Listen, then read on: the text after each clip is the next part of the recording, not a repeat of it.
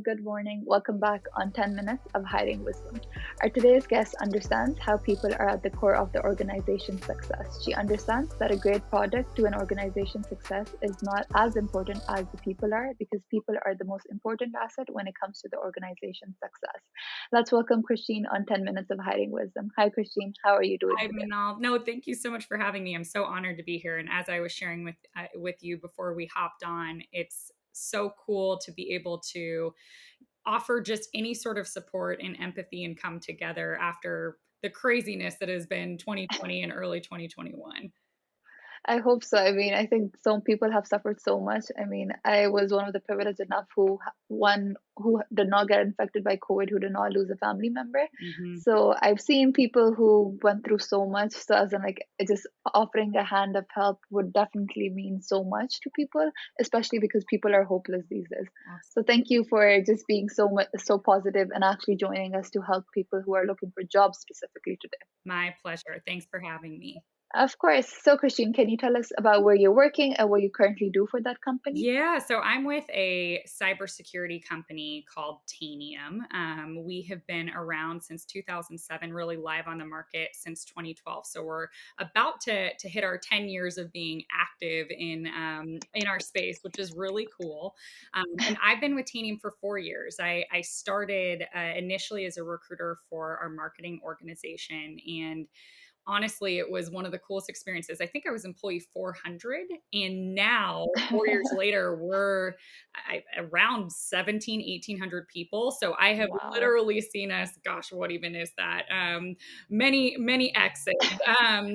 And what I do today, I'm very fortunate. I always say I sort of had like a mini MBA experience at Tanium because anything that we needed initially, talent was so critical to helping us scale to the level that we got to now.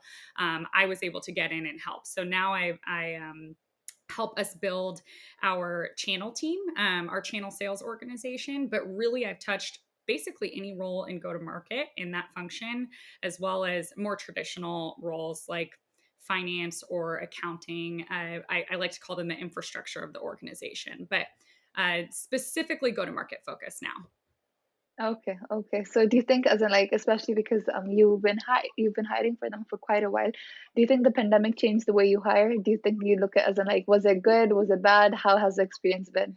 Yeah, that's a really good question. I think the pandemic has changed the way that people are, at least internally at Tanium, are open to talent. And when I say that, we are giving, I think, more grace than we ever have before in terms of, flexibility around where people are located, to understanding that just because someone's had a gap, moment of time in their work experience where maybe they haven't had a job, there's probably a really valid reason for that. And whether it was COVID or just the personal impacts of the last year. So for us, has it shifted necessarily the way that what we look for certain opportunities? No, because I think that there are some kind of hard qualifications for certain roles. But I think as a whole, culturally, we've become a lot more understanding. Okay. Well, more companies should be like Tanium then, especially because a lot of companies usually ask, why was there a gap between your resume? Right. And as in, like, it's usually hard for candidates to describe that because sometimes they're very personal and very hard to talk about. So definitely, I can definitely see more companies wanting to be like Tanium, especially because you guys are understanding and it actually shows that you care about your employees, which a lot of companies don't do at the end of the day. Absolutely. So thank you for being a part of a company that definitely focuses on actually providing its employees with an environment that actually makes you feel like you're cared about. Absolutely. It starts at the top. It really does. We have phenomenal leadership at Tanium. And one of the coolest things that we did right when the world basically started shutting down is we sort of took a step back and we gave everyone a mental health day.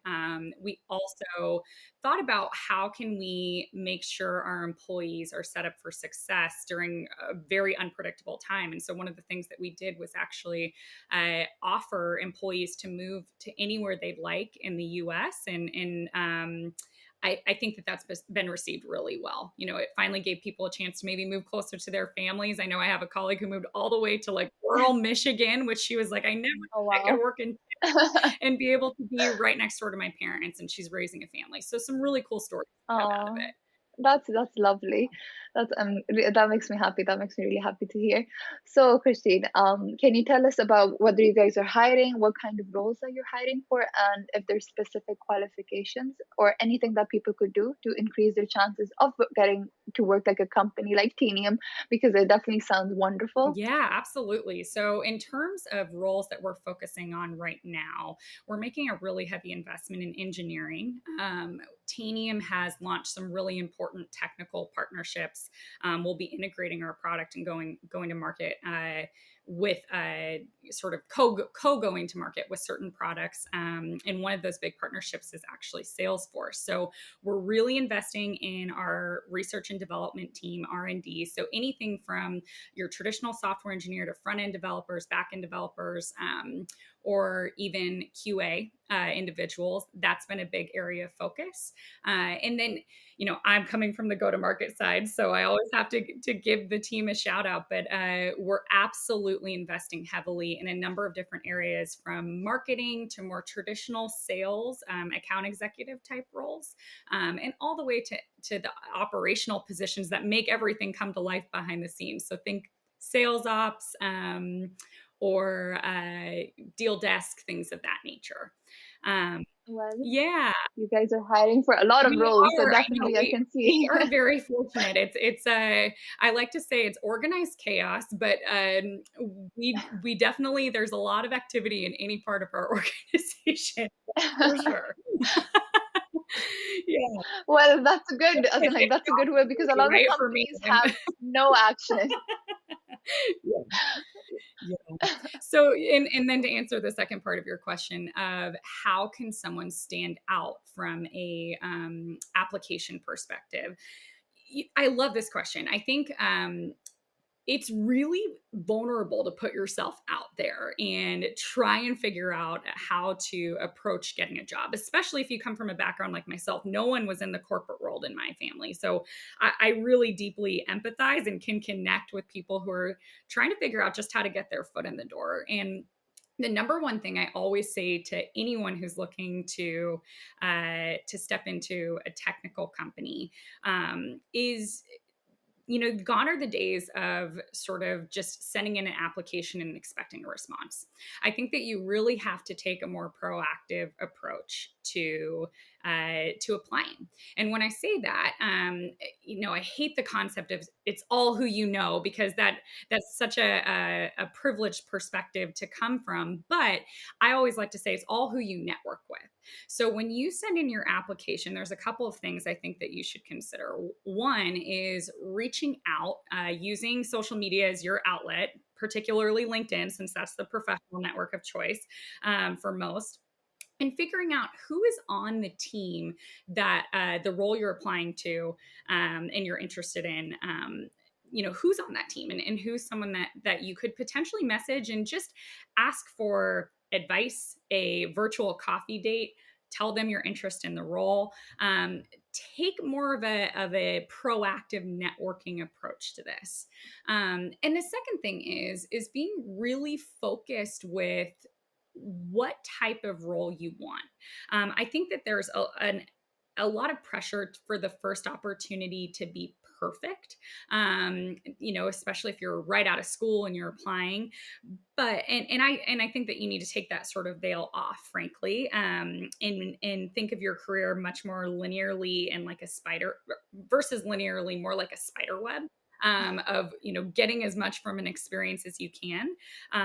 But I don't think that you should apply to 20 different positions at a company. I think you should take a really tailored approach and be prepared in your first phone screen that you have to be able to answer the question, why this opportunity and why this company? So your resume, Okay. your experiences, you should tailor them to the specific job that you're interested in. That's very true, because I think a lot of people are just like, okay, let's go for quantity, except for quality, where they apply to thousands of roles and everything, and then they realize, oh, they've been using the same resume and everything. So it doesn't really make you stand out, because it just shows that you're not putting in a lot of That's effort. right. When if you actually put in effort with a single company, for instance, if you're applying for two roles, you can actually like cater to the specific roles and everything. That just will show that how interested you are in that Totally. specific company. Show that how interested Absolutely. you are in that specific Hmm. company. So thank you for sharing that. Thank you for sharing that. Well, Christine, it was a pleasure having you and learning from you, and just like like learning about your Hmm. company and how customer centric and employee centric that is. Thank you. I And that is appreciate it, it for today. Minnow. So thank you so much for being with us today.